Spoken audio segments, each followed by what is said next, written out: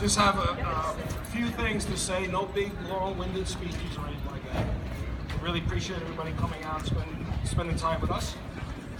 Welcome to our Central Utility Plant. My name is Sal Chiarelli. I'm the director of the physical plant. I've been here 18 years, August 9th. So, and it's my pleasure to have you come by and spend some time with us on this beautiful Vermont day. So, Royal Tower Theater, this building, the addition is only a couple months old, but the building itself is over 116 years old. Built in 1901.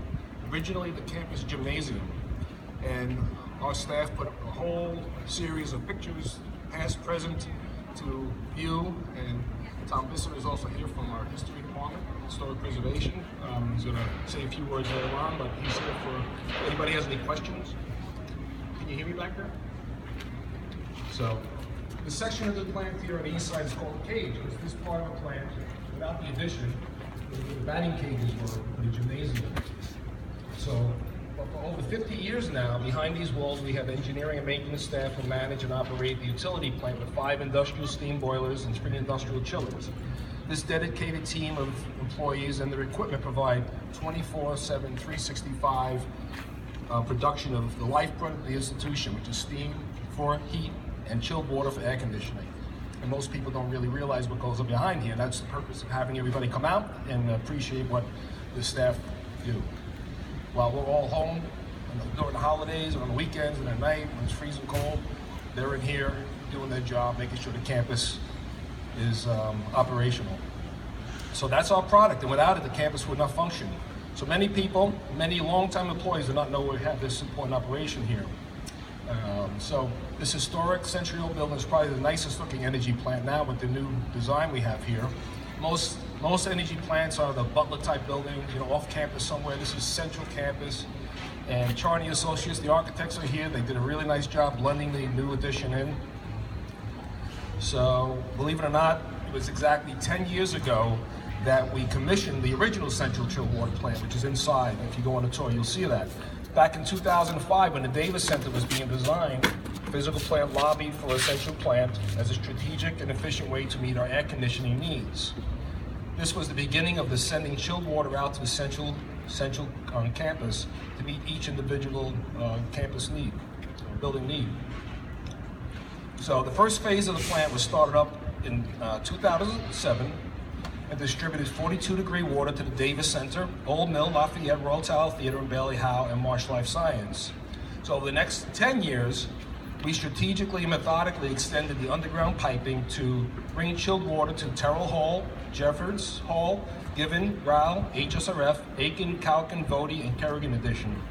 These buildings basically filled all the seats on the bus, and there was no more capacity or load left in the plant. So about 4 years ago, with the anticipated construction of the STEM building and the new 800-bed or 700-bed Res Life facility, and some of the other projects we were planning with Billings and whatnot, we decided that we should put an expansion on here and put an addition. So we lobbied again to our administration to look at funding the addition and putting in more capacity for chilled water. So today we're proud to show you the results of the next phase of the plant. The expansion is tied into the central plant's underground piping system and will serve the cooling needs for the new buildings, Calkin Addition, Ishin Hall, and the renovation of buildings. The expansion also has space for future growth, so we should be good for the next couple of decades here, that we require central cooling in the future. So the tours given today will give you an appreciation of the complexity of the plant, as well as the knowledge needed to operate and maintain it by our staff.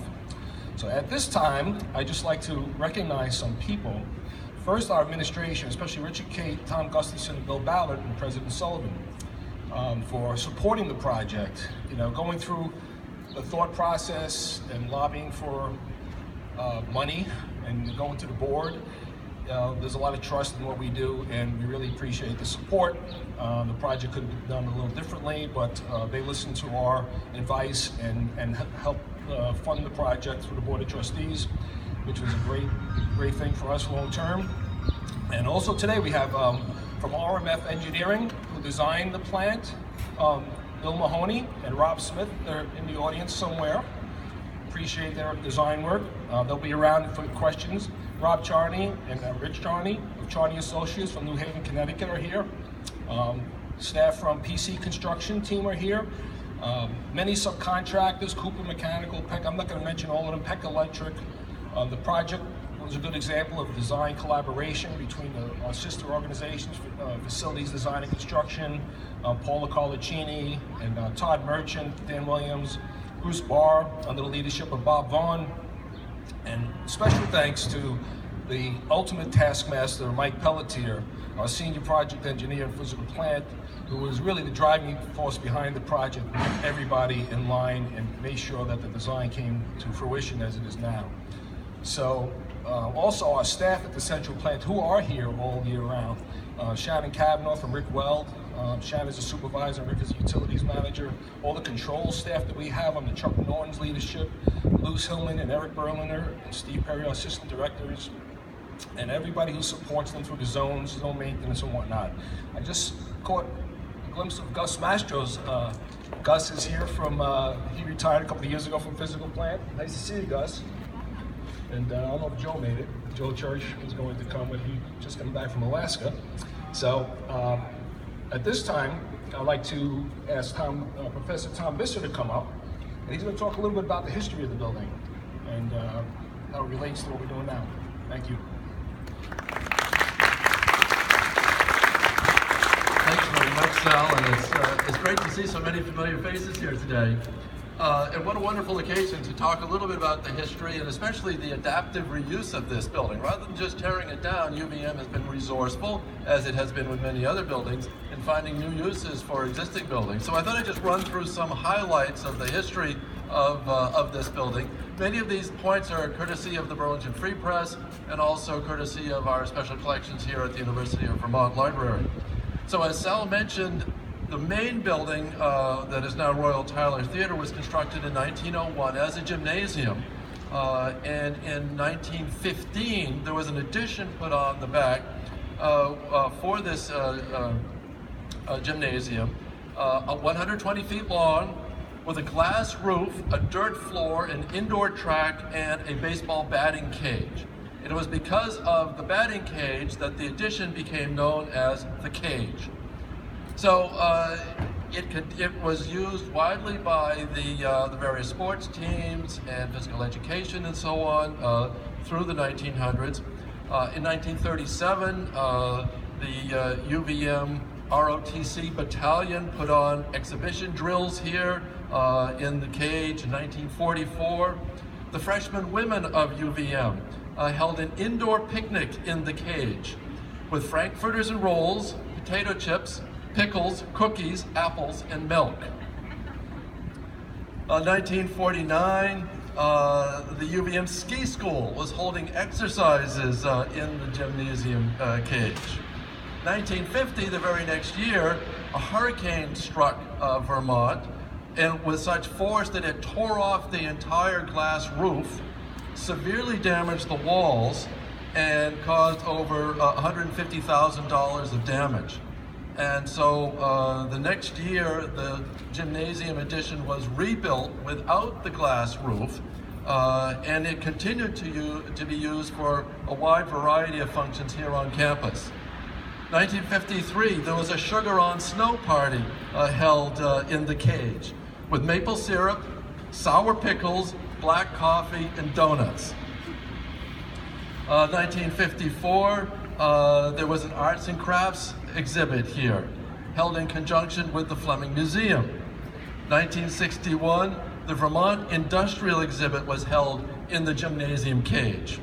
On display were, and I will quote, this is from the Burlington Free Press, a data processing mechanical brain, maple products, granite, marble, a Vulcan gun capable of being fed with 20mm shells, a mock-up jet engine, and a scale model of Vermont's future Yankee atomic power generating station. In 1962, the new Patrick Gymnasium was built on the UVM campus, and the old gymnasium here was converted into storage and offices. In 1962, there was another Sugar on Snow party held here in the cage, with afternoon co-ed soaring contest held. 1969, the cage was converted into the central heating plant that Sal mentioned. And then in 1971, the main part of the gymnasium was converted into the Royal Tyler Theater with a thrust stage that's there now and seating for 297 people. The theater opened in 1974, again, a wonderful example of adaptive reuse of an older building. And then here we are today, 2017, with this addition to the addition, and that's what we're celebrating. So thank you all very much.